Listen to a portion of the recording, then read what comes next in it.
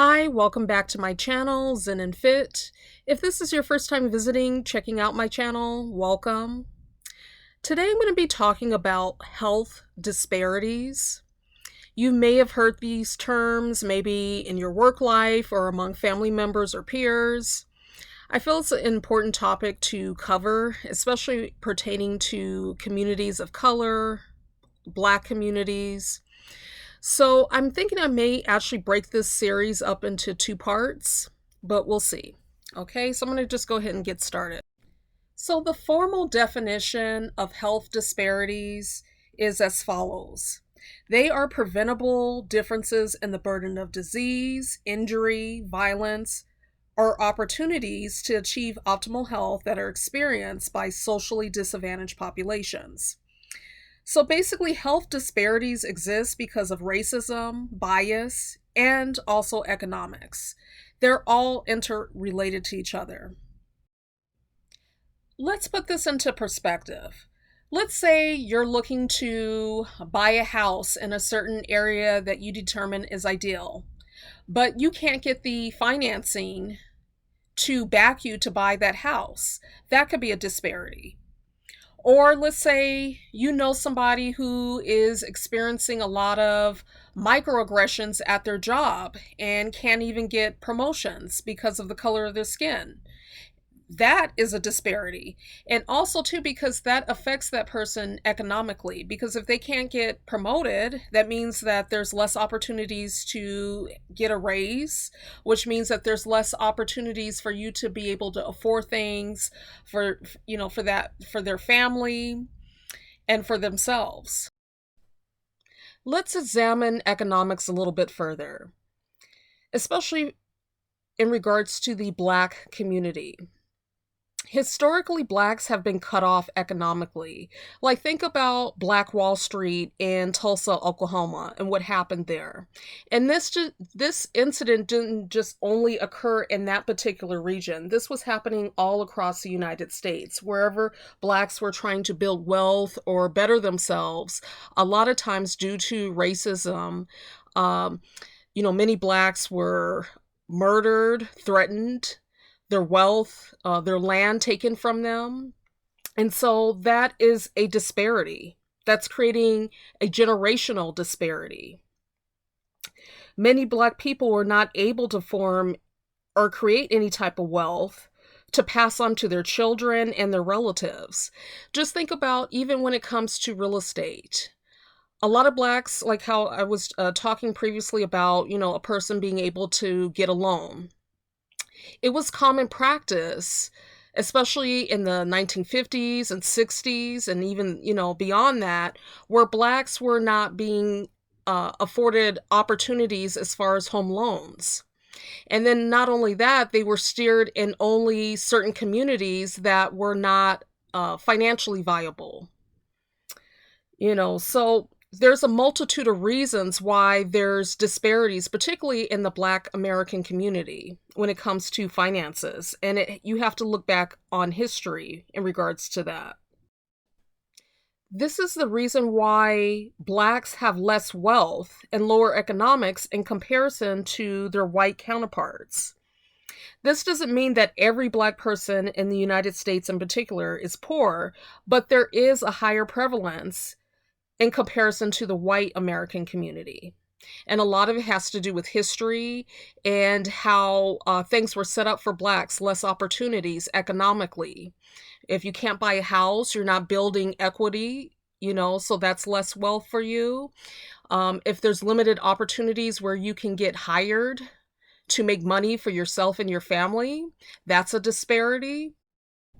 Economics relates directly to the health disparities because if you think about it, if you cannot afford a lot based on your limited financial resources, that impacts you in regards to where you're able to live, what you're able to afford as far as a house, or maybe you're just renting. And so maybe you're in lower income areas where you're exposed to a lot more environmental hazards. For example, in Flint, Michigan, some of you may have heard of the the story that happened there in regards to the water situation, where there was lead in the water and the residents in Flint, Michigan were being exposed to that. And when you look at the demographics, there's a higher percentage of blacks living in that region, and there's also a higher percentage of people living below the poverty line in that particular city. So you can see just by that example of how disparities come about, because you have the economics, you have the prejudice due to racism, they're all interconnected with each other. And this fosters these disparities that affects people's health outcomes.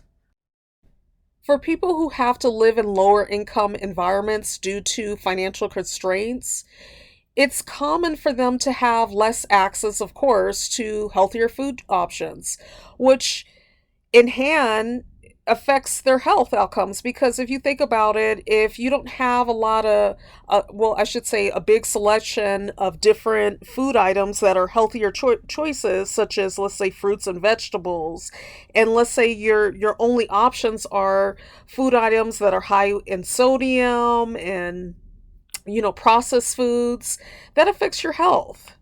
In a lot of lower income environments all across the United States, a lot of people of color, minorities, and also Black Americans are faced with this every day, where they have limited food options because they're living in food deserts where you don't have a lot of grocery stores available to you.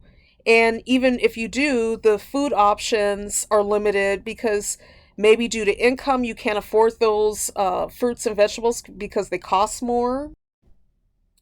By having less access to healthier food options, definitely contributes to the development of chronic diseases such as hypertension and diabetes. Diabetes is common among a lot of different minorities, especially Black Americans. Although genetics does play a role in the development of chronic diseases at times, environment has a significant impact on the development of these chronic diseases. And so it's something to ponder and think about, how all these factors can contribute to these outcomes that we see in everyday life. Maybe some of you have a relative, an aunt, an uncle, a parent, or even a sibling who's dealing with chronic diseases.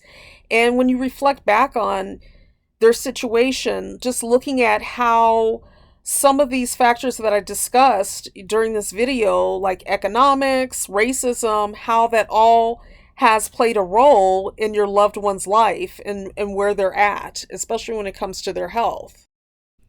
On my channel, I think it's important to discuss topics like these because it affects all of us, and especially communities of color and for Black people. And I think in order to facilitate wellness and overall healing, you have to recognize and be aware of certain factors that can impact our well-being, whether it's our physical well-being or our mental well-being. If you have any comments or feedback in regards to this topic of health disparities, I look forward to reading them and responding. And if you'd like more content in relation to this particular matter, please let me know in the comments section below as well. If you could please hit the like and subscribe button, that would be great. It'll enable me to do more videos on this channel. And until next time, take care.